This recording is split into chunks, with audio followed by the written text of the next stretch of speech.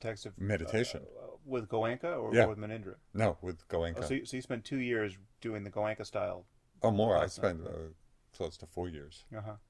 three and a half years Right. doing that style. So it had started off gloriously, Right. and then it had crashed. But of course, mindful that the point of the practice is not to Uh, recreate any co- specific body Correct, manifestation. but But it but was too seductive, and it you was too wanted. seductive, and yeah, I was just doing it wrong. Right. Right. But And did I Goenka didn't give get, you instruction? no, not really. I was, because there was a lot of emphasis in that tradition to get that free flow. So Uh-huh. that was in a way the goal, Right. and so it was exceedingly frustrating. Yeah. It was the worst 2 years of my practice, Right. uh, and it took me 2 years to realize that it's not about getting something back, Mm. but to be with how things are. So finally, it took a long, long time. Finally, my mind let go of that fixation Mm-hmm. and just relaxed into how things were, and then there started to be movement again. It never got back to how it was, Right. but it didn't matter. Yeah. That there was a different kind of flow. So that was its own learning, Yeah. in terms of Yeah. understanding what the practice really is about and what it's That, not that about. that's a point of interest to me, which we've argued about in other contexts. But it's interesting the way in which the logic of a practice, explicit or implicit, can lead you to practice in a way that is Oh just yeah, not yeah. profitable. There's a very classic progression in what are called the stages of insight. So there's a very classic unfolding of different experiences where people at a certain stage have experiences of tremendous rapture and clarity and concentration and all the things that we're practicing to develop. At this particular stage, they're called corruptions of insight, Mm. because the tendency is for almost everybody in one way or another to get attached to them. It's Yeah. such a remarkable shift from anything that's happened before that when you're experiencing that, it just feels you've arrived. Yeah, This and is it has the this. flavor of enlightenment. Yeah, It seems like yeah, this is why I was practicing in the first exactly, place. I want to feel this way. So exactly, and it's called pseudo nirvana. yeah, You yeah, know, and so it takes some real guidance at that point to simply be mindful of those states as other changing conditions and not to be attached to it. mm. And the very next stage of insight is called seeing what is the path and what is not the path. Mm. And that's an important juncture, because until that point, we think that having those experiences is the path. Yeah, yeah, And so we have to really go through that and see that it's not the path, that's just experiences along the way, and that the whole path is always about letting go. It's not about holding on. yeah. And whatever is fundamental to the nature of mind has to be discoverable in the context of whatever experience happens to be present. If the thing you're taking to be Yeah. significant is there by virtue of having The some conditions. Yeah, yeah, contingent conditions in place, yeah. then obviously it's vulnerable Yes, to exactly, change. exactly. Yeah. I like to say in the teaching, in guiding people through situations like this, if freedom is dependent on conditions, it's not freedom. You know. Yeah. Just take me back to that period, so that now you're in-boat guy. You've been there for years. Now you're just practicing in a No. Buddhist context. You're Yeah. not going to meet No. Neem Karoli No. Baba No. or No. Anandamayi Mara, No. because No. the whole Yeah. spiritual circus is happening around you. You Yeah. got Yeah. everything that you can read about in Ram Yeah. Dass's Yeah. books. Yeah. Um, I had no interest. I was so in alignment with this path. mm, It was so exactly, it felt so right for me.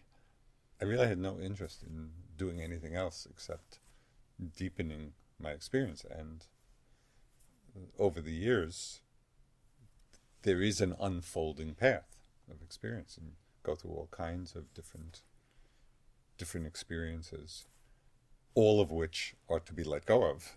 mm, But it was completely fascinating. It was like this journey into the mind, the exploration of the mind, and the very real feeling that as vast as things are looking out into space, that same vastness is when you look in the inner space. And so it was tremendously compelling. Had you had that cessation experience again through the practice of Vipassana under Munindra Goenka in those years in India? No. So 7 years in India practicing Vipassana, you still hadn't gotten back to that same experience? No. I'm trying to remember now. So, no, it got back to the quality of mind, or the openness of mind that was the fruit of that experience. Right. But not that. Not the precipitating cessation experience. Yeah. So then, when did that come? When did you? So then in '84, we met our Burmese teacher Saida Upandita, and he's a very demanding teacher, and very strict, and so there was a whole movement of, again, doing intensive practice, but with tremendous intensity. Yeah, really bearing down on it. Yeah. And so it was in practicing with him. In that first 84 course, or? Not in the 84 course, but then in 85 went to Burma and sat with him there. When I was practicing with Deepama, there were some experiences, not with the same impact, but which she thought were of that depth. And that's when I realized, that's when I came to who knows, because it didn't seem to me to be that. Right. But here's this great teacher saying so. Yeah. And so in the course of my history, I've had experiences where I thought something significant had happened and the teachers didn't, where I thought it wasn't so significant and the teachers did. Yeah. And so clearly, I would imagine you come down on the side of your perceived significance has to trump their outside view of your mental development. Well, in both cases, no, because there are so many different kinds of spiritual experiences. But presumably, if you have one that has a profound effect on you going forward, right? It's the measure of its significance is its profound effect. It's lasting profound effect. Yeah. Right. But sometimes in the moment you can think something is very profound, and I've had this. Yeah. I guess what I'm trying to say is that the maps are always super clear. Right. The unfolding experience for different individuals sometimes is, but sometimes isn't. I've come to a sense of just staying open to the different possibilities of what something means without rushing to conclusions. Isn't that also synonymous with being open to the possibility that the maps are not accurate? Either not accurate or not complete. Yeah. Every map of necessity is limited. It's a map, it's concepts. Yeah. Trying to describe experience, and experience is always more varied than the map and conditioned by so many different things. I guess my mind has just become much more relaxed with regard to conclusions. Yeah. And the basic framework for me at this point is, with regard to the whole range of spiritual experiences, the measure of its importance is whether the defilements are lessened and perhaps uprooted or not. We've begun using a few terms that will undoubtedly be unfamiliar to most of our audience. One is Dzogchen. You've already defined Vipassana, but maybe, just so it's clear, define Vipassana as a tradition, and I'll say something about Dzogchen, and then people will have their bearings. Vipassana is a Pali word, an ancient Indian dialect that it said the Buddha spoke. It really means insight meditation, and That particular kind of meditation is practiced mostly in Southeast Asia, in what's known as the Theravada Buddhist tradition, the tradition of Buddhism that's practiced in Sri Lanka, Burma, Thailand. So it really refers to this particular kind of meditation that develops the four foundations or the four ways of establishing mindfulness. So it's very much embedded in this Theravada tradition of Southeast Asia. And the primary technique is cultivating this quality of attention called mindfulness, the purpose of which is to see the three characteristics of phenomenon. So maybe just right. So the point of developing mindfulness, or the purpose it serves, is in order to see clearly in terms of the development of wisdom, seeing with more and more clarity the impermanence of everything that arises.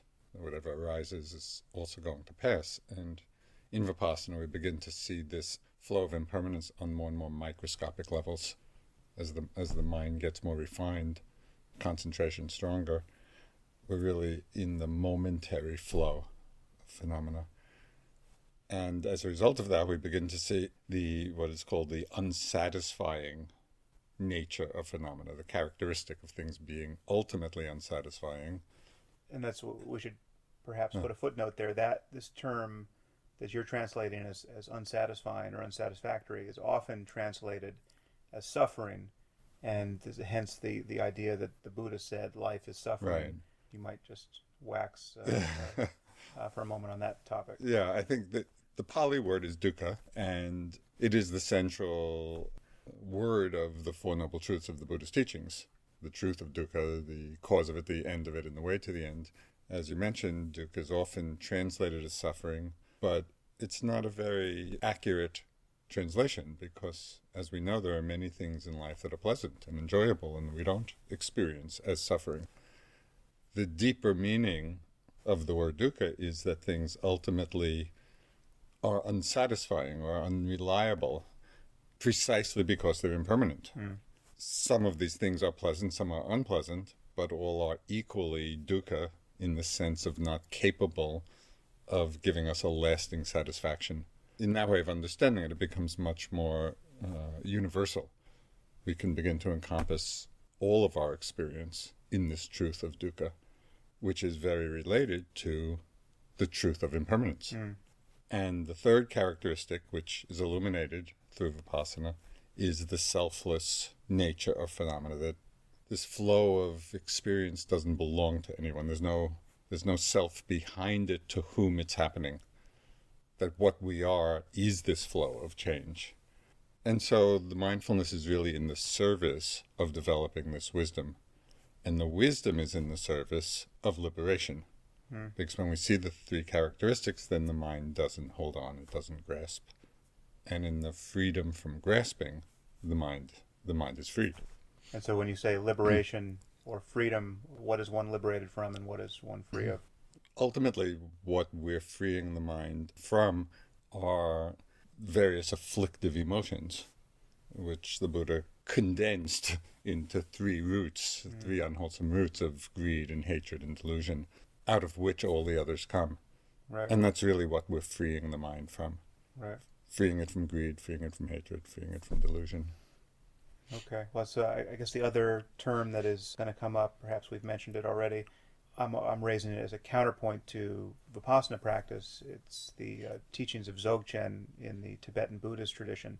There's considerable similarity between Vipassana and Dzogchen in the sense that you are paying attention very closely to your experience in the present moment and not adding anything strategically to it. But the thing that's unique about Dzogchen as a path of practice is that it begins not with a technique, although it can begin with many preliminary practices that anyone can adopt, but it really only begins with an insight into the nature of awareness, into the selfless, often called non-dual nature of awareness. And this is generally precipitated by a dialogue with a Dzogchen master, a Dzogchen teacher, who really in a hands-on way guides you into having this insight into the nature of consciousness. The clearest point of contact to the Vipassana teachings is that it's essentially a facilitated insight into the selflessness of awareness, and then one's mindfulness as a practice is mindfulness simply of that